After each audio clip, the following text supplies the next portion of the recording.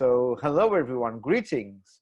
And hello London. I know Edward might be on the other side of this line. Is Edward Johnson there? There you go. I'm on the other side of everything. There you go. Good afternoon, good evening, and welcome to you.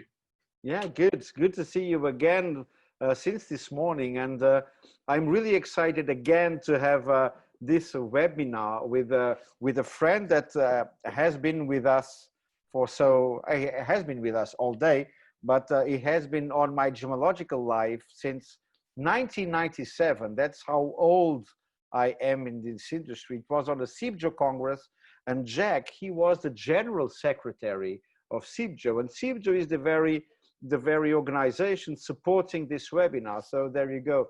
Is the past boss of CIBJO here as a guest speaker to address us on his expertise on history of sapphires.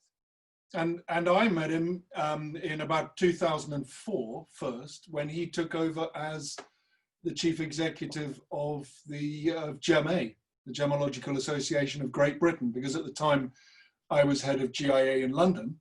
And exactly. Contrary to what many people think, GIA and GEMA have fantastic relationships going back many decades. And so Jack and I met Jack at that time, and we worked together closely on a number of projects promoting gemmology in UK. So good morning or good afternoon or good evening, everyone, for the 18th Home Gemmology webinar supported by CIBJO, the World Jewellery Confederation, and co-hosted by Edward Johnston, that you know well from the GIA in London back a few years ago. And today we have really, this is not English, I keep saying we have really a special guest. No, we have a real special guest, something I have to train my English better. We have a terrific guest today, Jack Ogden, PhD. He's a jewelry historian, he's a gemologist, and he got his FGA with distinction back in the Jurassic. It was quite a few years ago. And he's also president of the Society of Jewelry Historians. He's an author of several books, including this one that most of you know. It's Diamonds, the Early History of the King of Gems. And it's a brilliant work on the history of the early history of diamonds. I truly recommend. And if you are really interested, on a weekend, you can devour it. It's really well written and really well illustrated. And Jack, then I want my commission, of course, but I'm kidding. And he will address us today on the early history of sapphire. Jack, how are you today? I'm good, thank you. Yes, very good. Ready to do this for a second time today. I'm geared up. We're not just repeating this morning's recording. We are doing this live. Yeah, absolutely. It's like the Rolling Stones. They are on tour and they do the same songs in every stage. So it's only rock stars do repetitions. It's true. Yes, I could learn to mime this, I suppose. Okay, Jack, the floor is yours. Thank you very much for being here with us today. Right. Thank you very much indeed, Roy, for the introduction. Thank you, Edward, for all the work you're doing there as well. Yeah. Anyway, so sapphires come out of the ground in theory, looking like this. These are sort of textbook sapphire crystals coming out of the ground. Sapphire is a mineral, like all gemstones. It's aluminium oxide, quite a simple chemical composition. And one of the things about sapphires is very hard, and quite often, I mean, it's not always true, but generally speaking, the simpler the chemical composition, the harder the gem is. And here we have this very hard material, aluminium oxide. We know it's sapphire in the blue color, and also other colors, because although you think of the average person on the street thinks of sapphire as blue, but you also have pink sapphires, white sapphires, even green sapphires. So sapphires, in theory, come out of the ground looking like this. I don't want to talk too much about sort of mining technology and get in sort of deep like that, but I think it's important to at least start off with some idea of how sapphires are mined this day in Sri Lanka, Ceylon, and how they've been mined probably for 2,000 years. If you drive through the sort of central Sri Lanka, you'll see sort of things like these structures in middle to what look like just the middle of fields. And this is a sapphire mine. It's not what you think of maybe as a mine. You think of a huge, great hole in the ground, the sort of thing that De Beers show in photographs, but this is a small hole in the ground. If you go a little closer, you'll actually see people actually looking down a hole. And if you look down the hole, first reaction probably to feel a little bit sick because it's a long, deep hole. And at the bottom of that, if you're brave enough to climb down, have a look, you will find gravel. And this is gravel laid down by rivers thousands, millions of years ago. And in the gravels, if you're lucky, are some sapphires. And it comes up and is essentially sieved and sorted. Now, this isn't a wheelbarrow load of sapphires. This is just odd stones and gravel. While I was at the mine, which was about 2 hours, I think I was there, they didn't find a single sapphire. They're quite rare, which is one of the reasons, of course, why they're valued gemstones, because of their rarity. I just have to fiddle around here because I have notes on a different computer.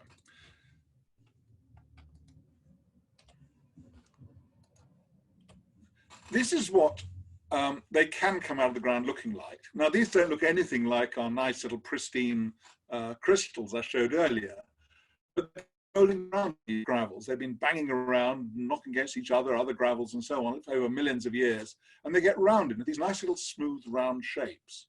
But these are almost good enough to use as gems straight out of the ground. And in fact, the earliest sapphire jewelry we have is essentially just that. These are various colors of sapphire. There are some blue, but there's also pink ones, yellow ones, sapphire gems out of the ground in Sri Lanka, found near one of the mining sites. And as you see, they can drill. So they obviously haven't come out of the ground looking like that.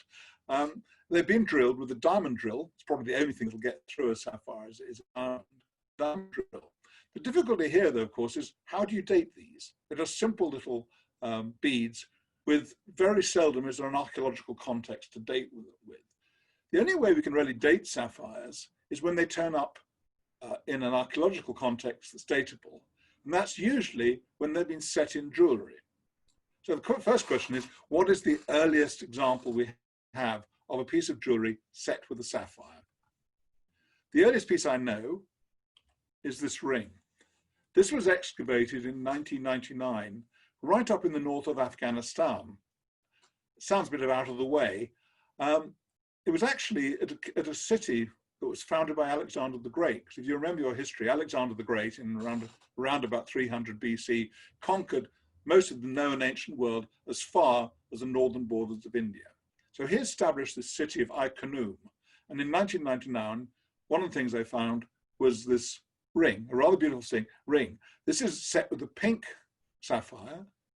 I would call this a ruby. I mean, a ruby is really just a red sapphire.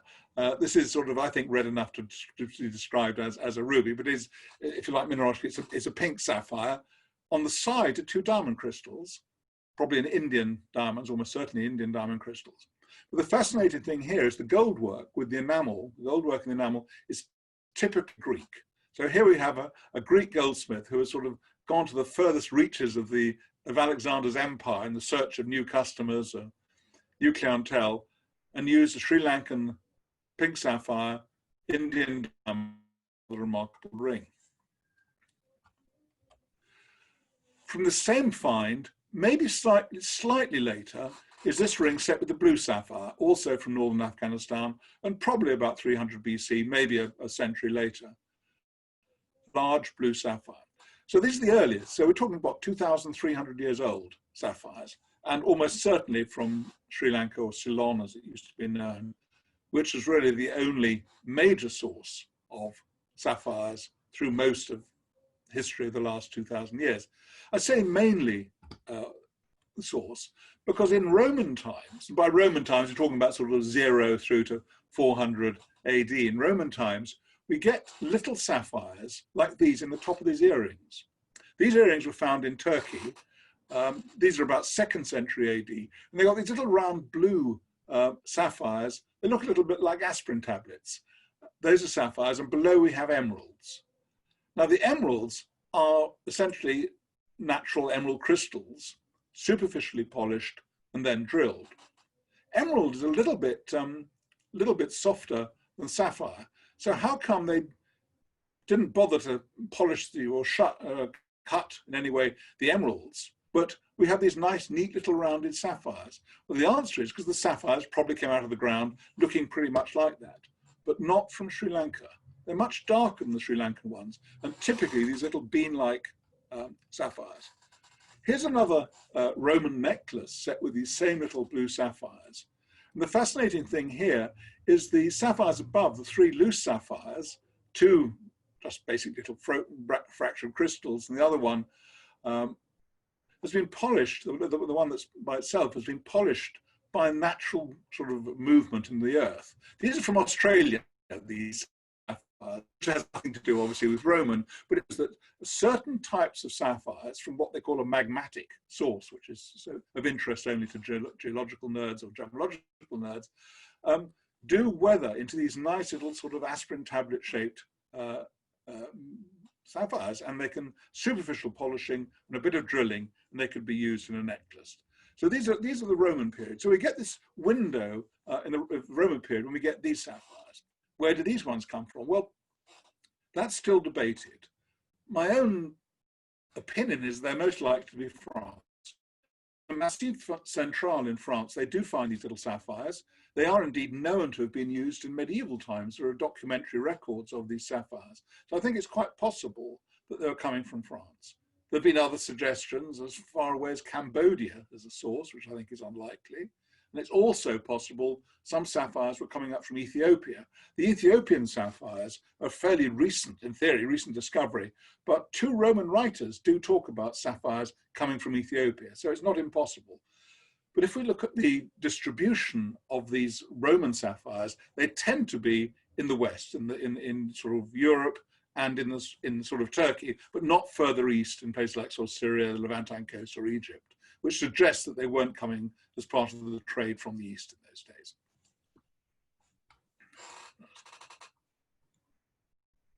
Scrolling down here. After about 400 AD, Sri Lankan sapphires come back into the picture, this time in the Mediterranean. We start to get these beautiful, quite large, pale blue sapphires cropping up in jewellery. This is a bracelet. This is one of a pair in the Metropolitan Museum of Art in New York. And these were actually used on Rui's ad for this seminar. Sapphire in the middle there, it was a bead. You can see there's a drill hole you can just make up, but it's been set in a bracelet, one of a pair of bracelets, spectacular. But typically Sri Lankan, these shaped stones, the size, color, it's kind of either sort of rounded, sort of ball-shaped, or quite often pear-shaped stones, typically Sri Lankan sapphires. There has been a little gemmological work done on these, and they are, the ones studied so far do definitely seem to be Sri Lankan stones. More of these, also the same period, this is probably 500–600 AD, earrings set with just these simple, if you like, very simple sapphire beads, but very effective, gorgeous pieces of jewellery. Another, oh sorry, what I was going to show you here, I think I have it here. Yeah, that's the earring, single earring. That's in Washington, the Dumbarton Oaks collection, a Byzantine 5th, 6th century AD earring. And next to it is another little one of these little stones straight out of the ground in Ceylon, Sri Lanka. So you can see they just need to drill the things and put them straight into jewellery. Another famous piece of jewellery, a favourite one of mine, is this pendant in the British Museum. Again, about 600 AD. And you can see these two rather nice, very pear-shaped, essentially naturally worn sapphires from Sri Lanka. This time with fake emeralds. These are glass, green glass, molded to look like the shape of emerald crystals. So the faking of gemstones has a long history as well. And of course, Ceylon, we tend to sort of think, or I do, I'm afraid, a lot of people tend to think sort of see archaeology as a very sort of Eurocentric thing. When we think about trade to the Mediterranean area. But in fact, they're also traveling in the opposite direction. This is a rather splendid necklace that was found in the tomb of a Chinese princess, about the same date as the British Museum pendant. This is about 700 AD, and is set again at the bottom, you can see, with this rather large Sri Lankan blue sapphire, also a carnelian above, this bright red, orangey red carnelian, lapis lazuli, and pearls. The fact that you get it going in both directions from Sri Lanka, both to the east, to China, and also to the west, is because the people in charge, if you like, who were doing most of the gem trading in those days, were the Arabs.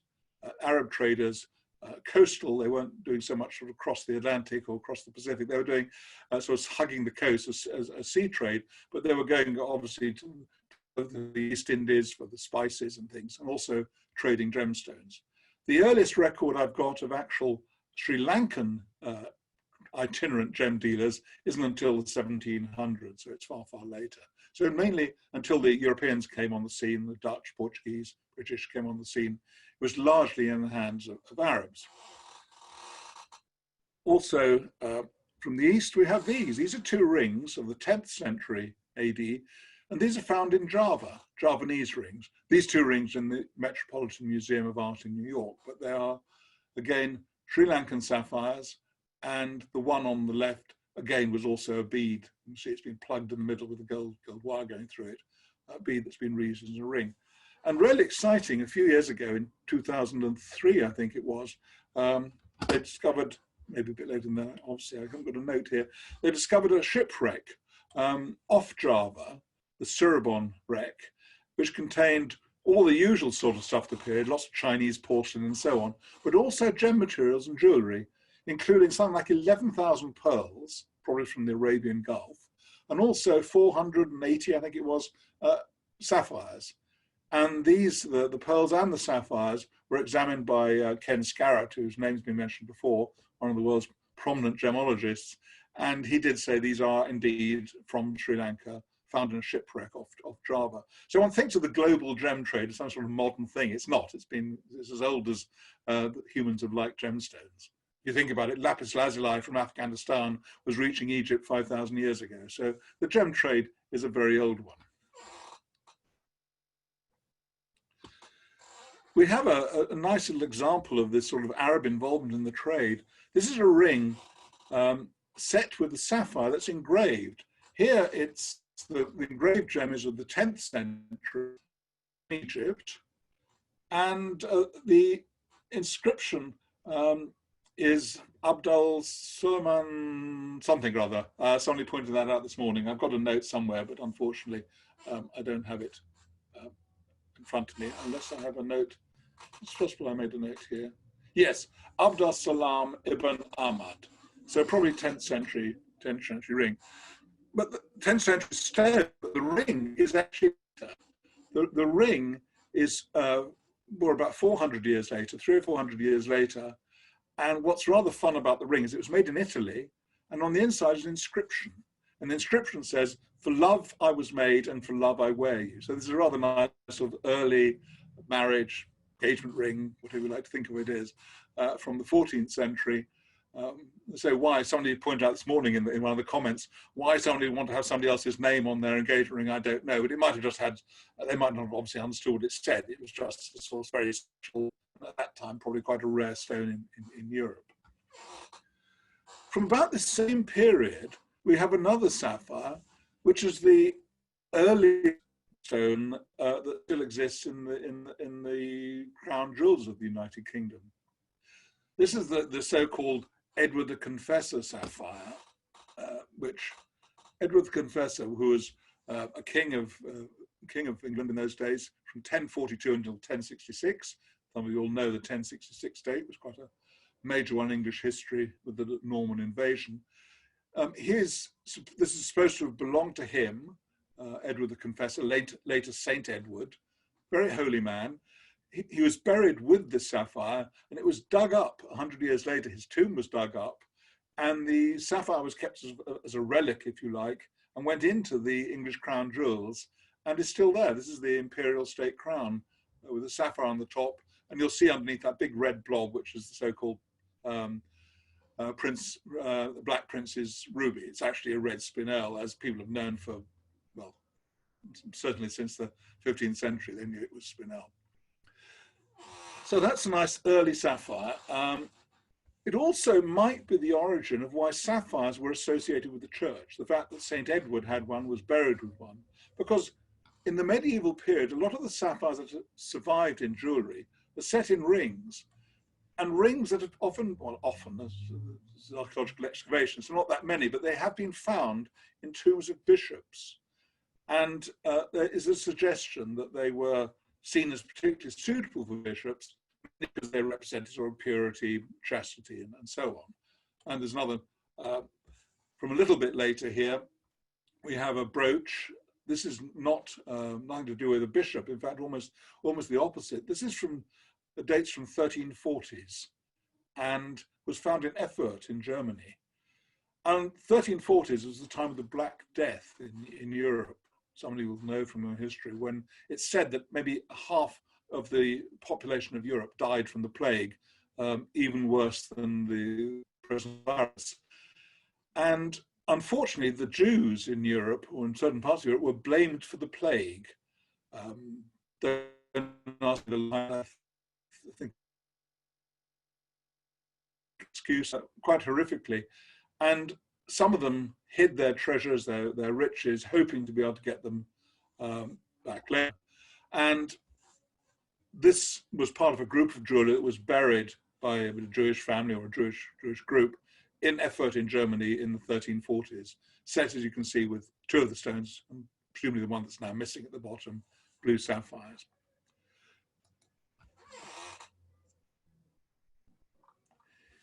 Now, sapphires are relatively common in European jewellery, medieval times. Why? I mean, why sort of more than other gemstones? Well, one reason could be that they were relatively inexpensive. I know that's sort of contrary to what we expect today with the gemstone, but if we turn to early sort of medieval Indian literature talking about gemstones, we can actually extract gem prices, and we can see those in terms of the gold price at the time. So if we then translate the gold prices then to the gold prices now, I know it's all a bit tenuous, but if we plot the price of gems in 14th century India, we get a graph, something like this, in relative sort of terms relative to the price of gold. So diamond is the grey line at the top, swooping up there high, followed by ruby in red, pearls as dotted white, and emerald. So where's sapphire there? Well, the answer is it's not there because it'd be off the screen completely. If we do a graph of sort of lesser priced gems, we find spinel, cat's eye, and sapphire. So sapphire's right at the bottom there, the blue line. So sapphires weren't highly rated in medieval times in India. And so I think that's one of the reasons a lot of them came to the West, where they were seen as being important gemstones brought from the East. And also in India, sapphires have always traditionally not been seen as auspicious gems. It's not clear why that started, but they're not seen as auspicious gems, which means they weren't popular in India. And of course, that's another reason why prices would have been depressed. If we go back now to a typical little early sapphire bead from Sri Lanka, this could be 2,000 years old, it could be 1,000 years old. You'll notice it's got this big groove on the side of it. I show this particular example because it's very obvious here. There's this big groove on the side, a polished groove. Now, these are very common in ancient and medieval sapphires and certain other gemstones. The reason being that they were an early form of cutting, if you like, because the beads, as I explained, need superficial polishing. They were too hard to do anything more with. Superficial polishing. But sapphires come out of the ground, they have flaws that reach the surface, nasty marks, scuffs, and all sorts of nasty things. And so one way to get rid of these marks was to polish a groove. So drawing, if you imagine a sapphire coming out of the round on the left, looking like that, with these rather nasty sort of surface-reaching flaws. And so they polished grooves in them, which they presumably thought looked a lot better than the nasty marks on the thing. And this was carried on a lot, and most of the sapphires I've shown you already do have these little grooves, at least some places on them. Another ring from the Erfurt, remember the 1340s burial in Erfurt in Germany at the time of the plague. This is this wonderful big sapphire from there with these big grooves on it. So whether they're not quite well positioned enough, I think, to be intentionally placed. I think they're just basically to get rid of unsightly surface flaws. You can actually see here you've got the hexagonal, which is the natural crystal section, if you like, of a sapphire crystal. And the most sort of extreme example, if you like, of this is this guy, the so-called Buddha sapphire. in a private collection. It was bought by the Rainbow Collection in America a few years ago. And here, the whole surface are these little grooves being cut. It's possible that there was a very sort of bad, sort of horrible surface of the sapphire, so that they did this all over to make it sort of shiny. It's a possibility. There are a few others examples, sort of medieval Islamic sapphires cut like this. Or it might have been decorative, because the play of lights here is quite remarkable. I think you can see down the side how the light's reflecting off. And I say it's rather funny, because in recent years, a lot of sort of lapidary artists, the more avant-garde gem cutters, have been starting to cut sort of concave facets on gemstones to get the sort of light reflection. So this is also another thing that's at least 500 years old. Now, these sapphires, we've talked about them reaching Europe. What about going east still? The answer is yes. This is a group of jewellery that was found in a tomb of someone who died in China in 1724, or the date's 1724, and it's set with either rubies or red spinels. I don't think they've been examined, or it has been published in a way I can get to yet.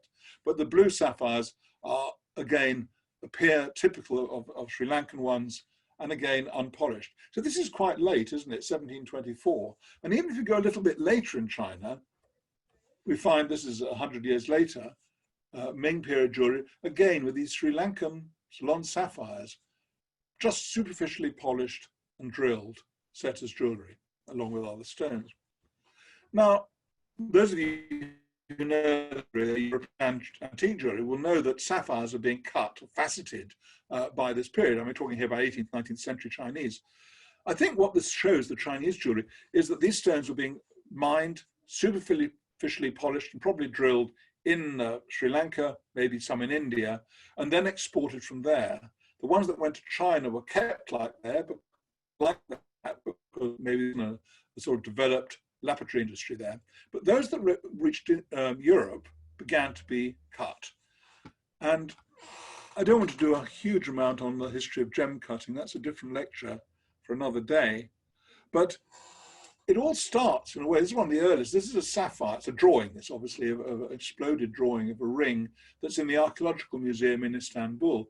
And it's set with a sapphire that's been cut as a double pyramid. So this is early faceting. How they cut it, that's again a sort of a lecture for another day. It implies an early use of diamond powder, but that's a debatable subject at the moment and still working on. But essentially, it's the beginning of faceting in the West, I suppose, dates from the Roman period. But what we think of as a sort of gem faceting is a little bit later.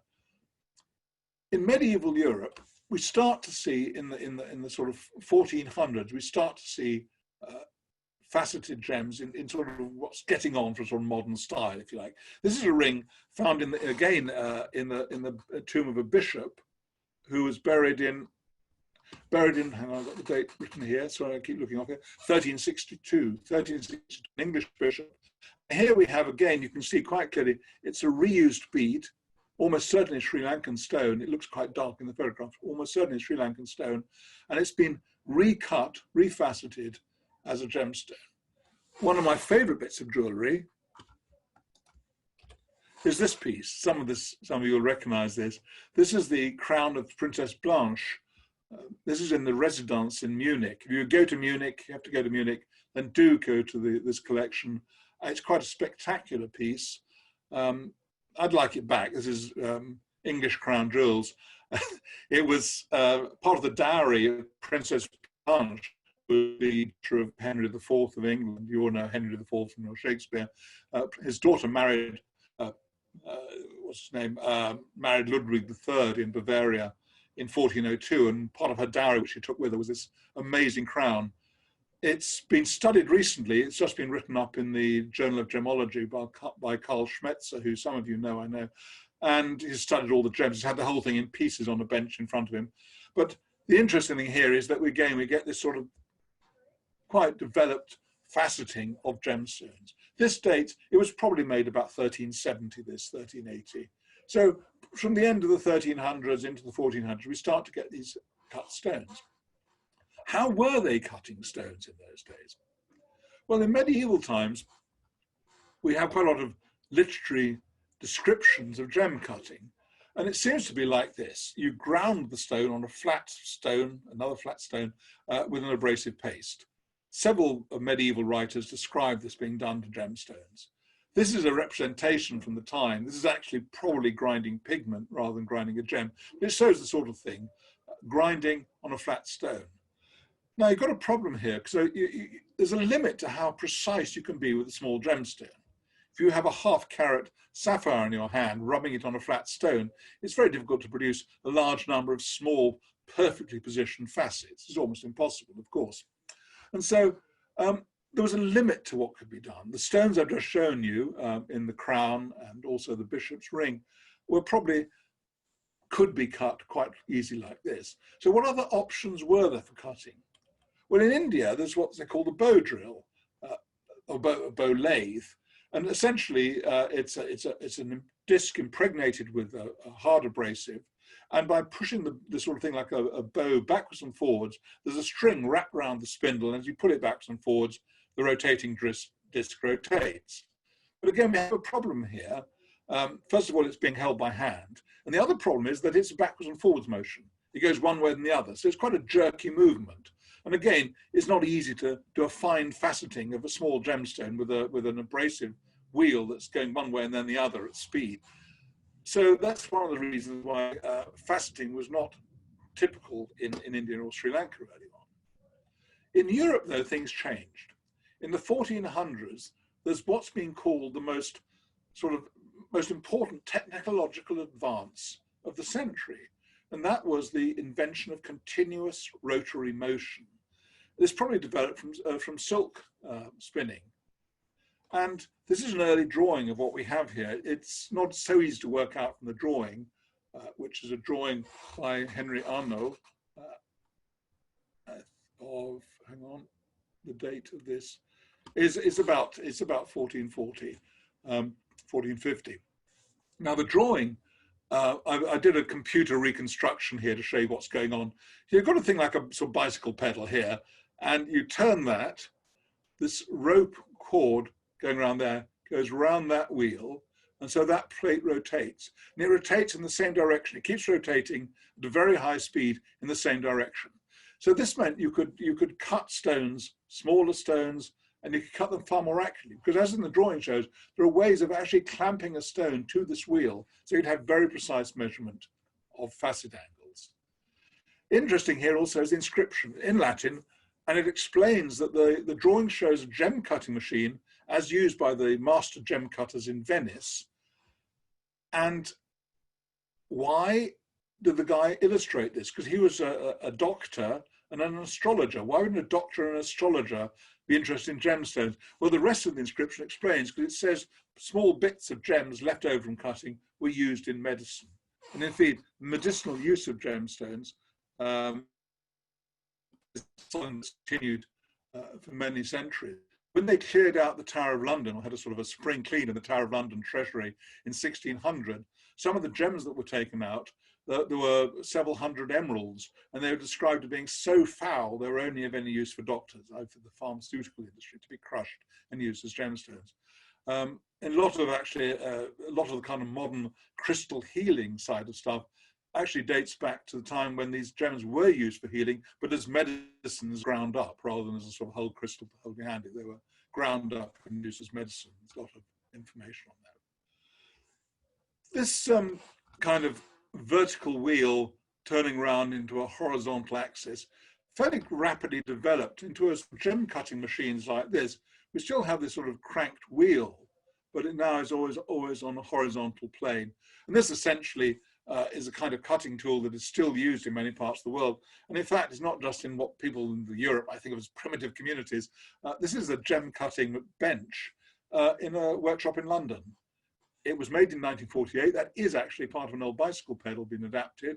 You turn the handle actually here. Sorry, that's the bicycle, that's the dopstick. Bicycle pedal, you turn that, wheel turns there, and it drives this wheel. And this is used by two of the, probably still one of the finest laboratories in London, maybe even of Europe, and they're ironically largely used to recut stones, the gems, sapphires that have been cut in Ceylon, Sri Lanka, and need to be recut to be a little bit more precise as they wanted in Europe. So it's quite fun that that we're still using the same sort of equipment. So this type of cutting was in full swing, and by the time we get to the sort of 1600s, it was really advanced faceting. This is one of my favorite pieces of sort of later, I call it later, this was post-Renaissance sapphire jewellery. Wonderful piece. This is in the Cheapside hoard, Cheapside treasure, which is a huge group of jewellery that was found in London by accident when there was building work going on almost 100 years ago. Huge quantity of gems and jewellery. Must have been belonged to a workshop or a jewellery shop, hidden under the floor 400 odd years ago. Maybe this is the time of the Civil War in Britain. It could have been because the plague then was coming a few years later, the Great Fire of London. There are various reasons, maybe just the sort of money lender wanting money back or the tax collector wanting tax, but whatever reason, it was just hidden under the floor and for presumably sad reasons was never recovered. It's now in the Museum of London, not on display at the moment, but it's in the Museum of London, huge treasure. And this sapphire, the gem in this, the sapphire, is incredibly flat. When you first see it, or if you see it in the museum case, you think it's a flat top, what they call table cut stone. It's only in certain lights can you see it's actually made up of these little chevron facets. Incredibly difficult to cut that accurately on such a flat surface like that. Slightly more domed version here, a little bit later, about 1680, thanks to Rui for this photograph of a stone in a Portuguese piece from a cathedral. So they could do exciting things with sapphires. Now, I've talked about Ceylon, Sri Lanka as we call it today, being the main source of sapphires. Well, it was really, apart from the sort of the few in Roman times coming in possibly from France, but most of the last 2,000 years, the sapphires have come from Ceylon, from Sri Lanka. There are other sources, as we all know. I mean, today, for example, there's Kashmir is a sort of magic word if you want to get a big price for a sapphire, Burma, Australia, and so on. But sapphires were largely coming from Sri Lanka, and for a time, not many came out. And in fact, after the period of the ring I've just shown you, for 200 or 300 years, there were very few sapphires being set in jewellery in Europe. They went out of fashion. And one of the reasons is they couldn't come out of Ceylon. A guy called Robert Knox in the 17th century went to Sri Lanka, not voluntarily, but he ended up in Sri Lanka, and he explains that sapphires are found there, but the king won't let them out.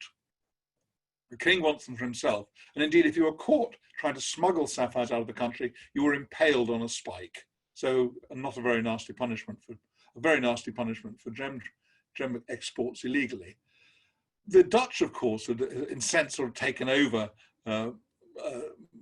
Ceylon, Sri Lanka by then, but this was only on the outskirts, if you like, around the borders of the country, the edge. In the middle, in the Kingdom of Kandy, it was still very much ruled by the local king, and he controlled the sapphire mines, and he wanted them.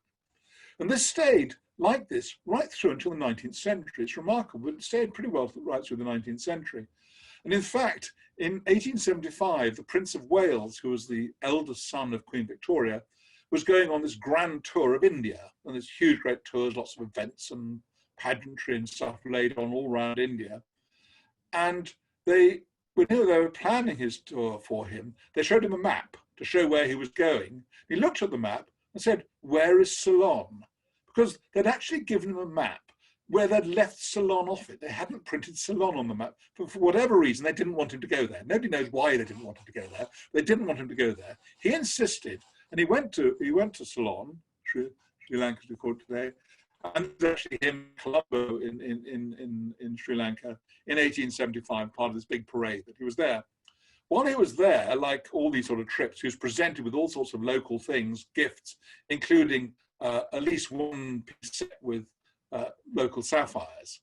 And a few years later, there's a big exhibition in London, and part of this sort of, if you like, the sort of spin-off from his tour there, they had a Sri Lankan Ceylon pavilion at the gem show, this huge great way. It wasn't just gems, also the gem pavilion.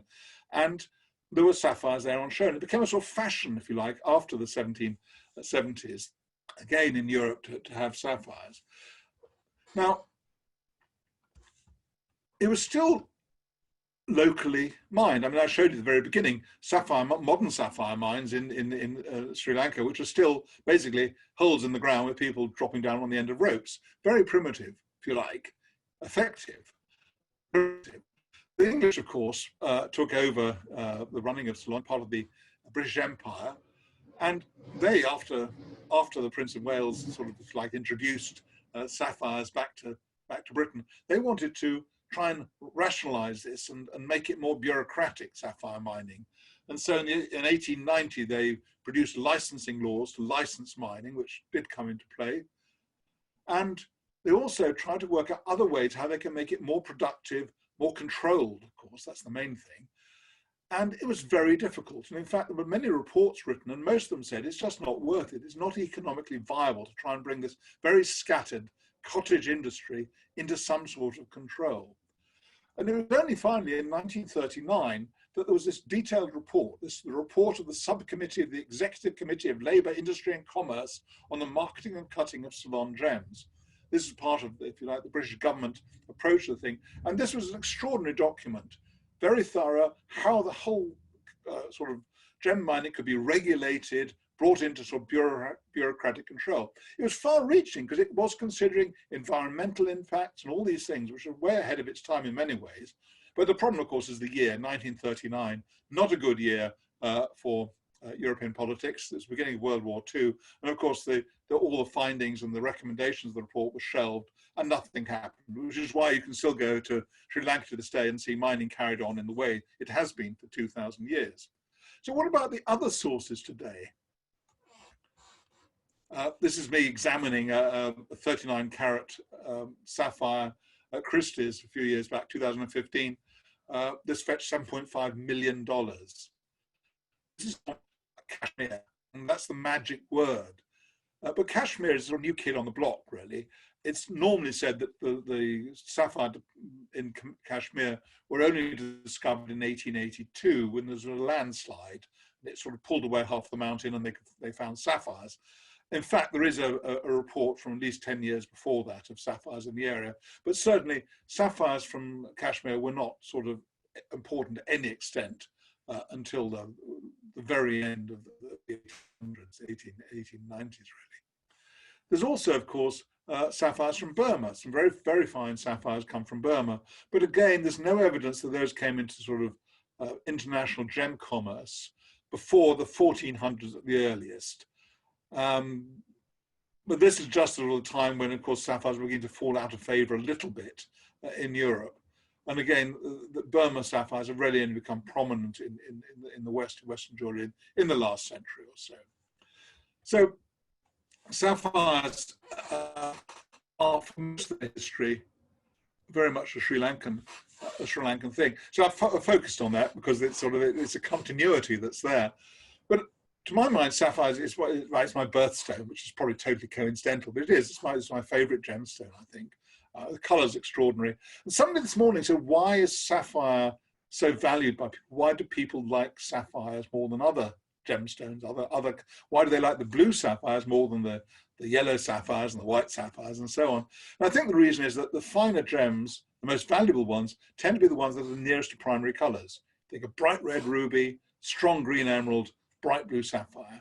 There's no other sort of good occurring gem that's a bright blue and also has the hardness and durability that people expect in a gem they're going to pay big money for. So sapphires are sort of one of the most important gems and have been for a long time.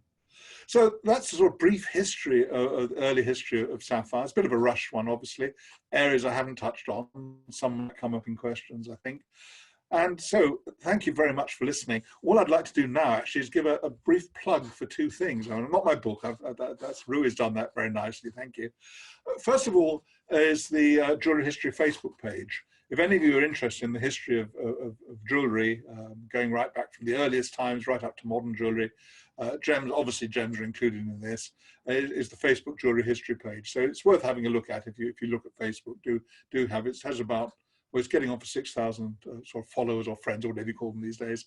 So that's worth seeing. And you might see on that it actually comes under the auspices of a thing called the Society of Jewellery Historians. It's sort of run by them as part of like the outreach program of Society of Jewellery Historians. The Society of Jewellery Historians is an international society based in London, founded in 1977, and it has membership all over the world.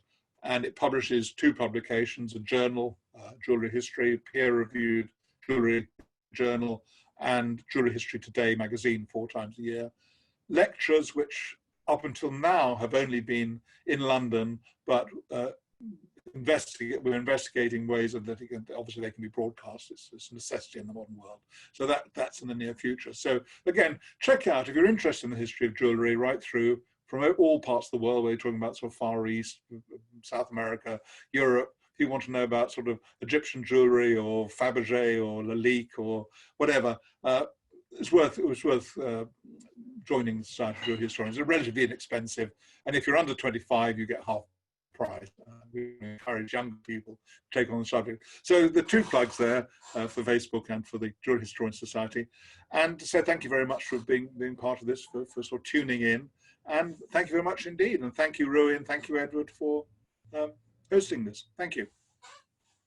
You are more than welcome, Jack. Thank you so much for that wonderful and in-depth presentation, that dive into the history of sapphires. Thank you. Again, if I look through the chat here, there's been a nice discussion. Rui is trying to pretend that he's under 25 so that he gets the under 25 discount for the Society of Jewellery Historians. Now, we all know that's not going to work, Rui. Okay. Good try, good try. But we you know, and Jack, you were saying earlier, what a wonderful, after this morning's webinar, you had something like 50 new followers in 10 minutes after our presentation. Yes, so on the Facebook page, yes, because I mean, Facebook, it's out there and it's free, so why not? Even if you only check in once a month, it's worth keeping an eye on it. So it's, yeah, it's good. Exactly. And there's an interest. Absolutely, and it's a great plug for a great organization. Both Rui and I have in the past been members, and it is a wonderful organization and well worth following. Inazita is asking a couple of questions about if some of the pieces that you saw, that you talked about, are viewable anywhere, specifically that wonderful carved or engraved sapphire set in the Italian ring with the wonderful carving.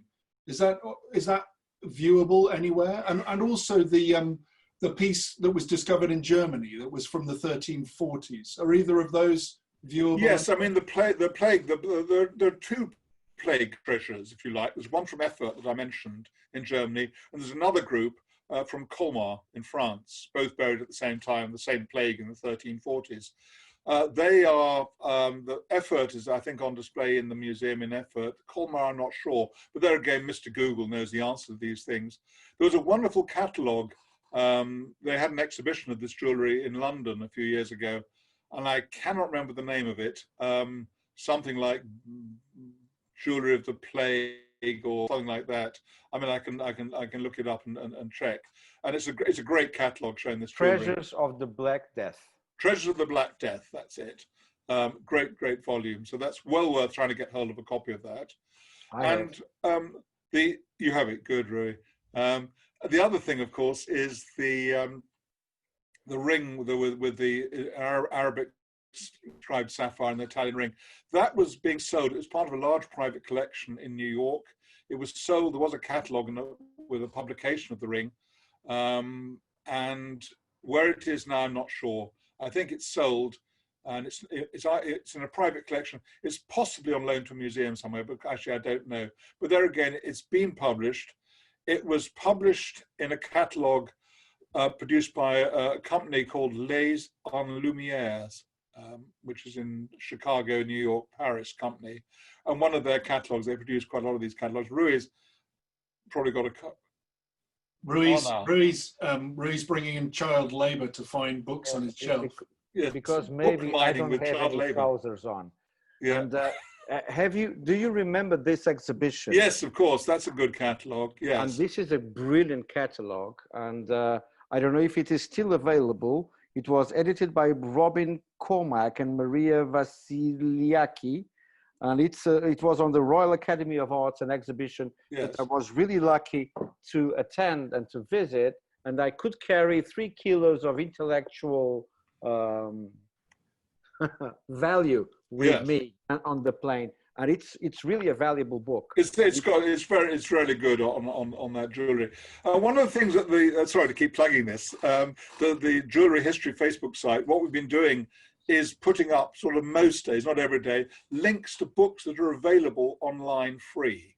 And there's some extraordinary publications coming up. The Metropolitan Museum of Art is wonderful. It's had some incredible exhibitions over the years. And when their catalogues are no longer in print, they make them freely available as downloadable PDFs. And there's some amazing catalogues of jewelry there. And of course, early catalogues, whether, if you want the sort of catalogues of the Cairo Museum, whatever, they are available out there. And one of the things we're trying to do on the Facebook site is to give links to these extraordinary catalogues. Just actually recently put up an amazing link to one of the Renaissance jewelry collections that's just been made freely available online. So yes, there's a lot of books out there. It's difficult to produce a reading list instantly, but there's a lot to be seen. Well, I think you've done pretty well there. We've got a pretty extensive list going for people who are listening. There's a question here from Maya Dave.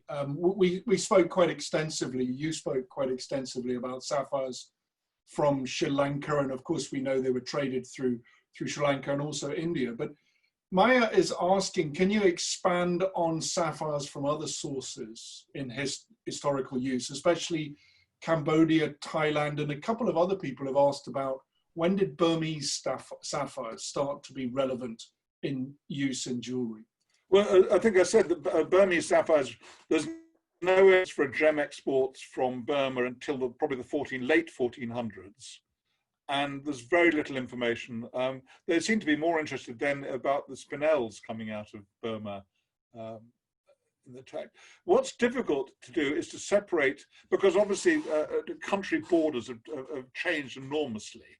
So when you have early references, they don't refer to it normally as Burma, they refer to it, for example, as Pegu, which is an old name for the area. And we don't often know whether that included parts of what it is as Thailand. So it's quite difficult to untangle the history of Thai sapphires from Burma. And it is, frankly, something I haven't gone into in any great detail. If you want a more recent history of certainly sort of rubies from that part of the world and sapphires, then it's worth checking out Richard Hughes's book on rubies, spinels. So I can't tell you much about Thailand. I don't think there's much evidence before, I would guess, until relatively last few hundred years.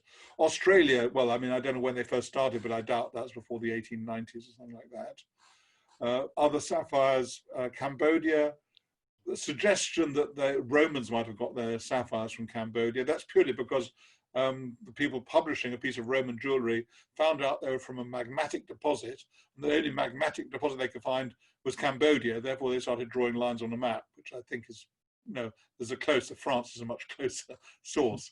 So Cambodia, I don't know. I think a lot of these are relatively recent in the last century or two, which is recent in my terms. Australia, Cambodia, and whatever else, yes. Montana was interesting, of course, but again, that's late 19th century. And that started a whole fashion, particularly in England, what they called new mine sapphires, because they were very, very pale and bright, and they were seen as being much, much better for artificial light than the normal sort of what we consider blue sapphires, which was seen as too dark for artificial light in the old days. Can I jump in with I mean, this is not a comment, but I was astonished by that ring made by a Greek jeweler using Indian diamonds, and I have no idea where he got the gold on Afghanistan, and with a pink sapphire that could be also a ruby. But we know today that Jagdalek in Afghanistan was also reported as a very old ruby source. I don't know if also has like pink sapphires, because as you mentioned, pink and red, it's basically the same thing. You just make a rule that you draw a line where you have a pink sapphire and when you have a ruby after all. And would it be possible that that sapphire could be from Jagdalek? I have no idea when it was discovered, but I think it was a bit late than the 2,300 years that you've mentioned for that lovely ring. But would that be a possibility? It's not impossible, yes. I mean, that was actually raised in a conversation with Vincent Pardieu a few years ago. In fact, after I gave a similar talk at the ICA Congress. And there's no evidence. I mean, it's quite possible some were coming from Jagdalek, but there's no evidence for that. They're found in marble. They're very much like the Burmese stones. Exactly. And I don't know if there are any of those sort of pale, those sort of typical sort of Sri Lankan colours from Jagdalek. I'm not aware of that. And whether they're found in alluvial deposits rather than just actually in marble, I don't know. There's been so little study done on that, unfortunately. It's not impossible, but I don't know that. Indeed.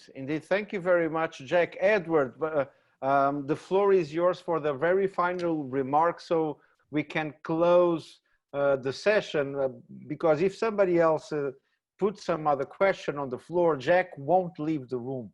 I know, you know, honestly, what a marvelous presentation, Jack, but really you deserve a prize, because of all the guests on these webinars, you have answered all of the questions that were thrown at you, absolutely all of them.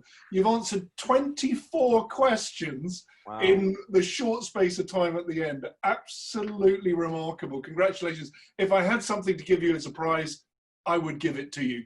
What you have is our eternal thanks. A great pleasure. I've really enjoyed this. Thank you very much, guys. And thank you very much, Jack. You've been wonderful. And thank you for sharing your time and your expertise with all of us here on the Home Gemmology webinar, supported by CIBJO, the World Jewellery Confederation, and co-hosted by Sir Edward Johnson, the best co-host that you can ever have on a webinar. Thank you very much, Edward. And thank you especially to you, Jack, and to all of you at home for being there for more than an hour, listening to gemmology history and being contagiated with Jack's passion about gems and history and gemmology. So thank you very much, everyone. Thank you, Jack. Bye-bye, Edward. See you next week. Bye-bye. Bye. Thank you. Bye-bye, everybody. Take care. Stay safe. You too. Bye.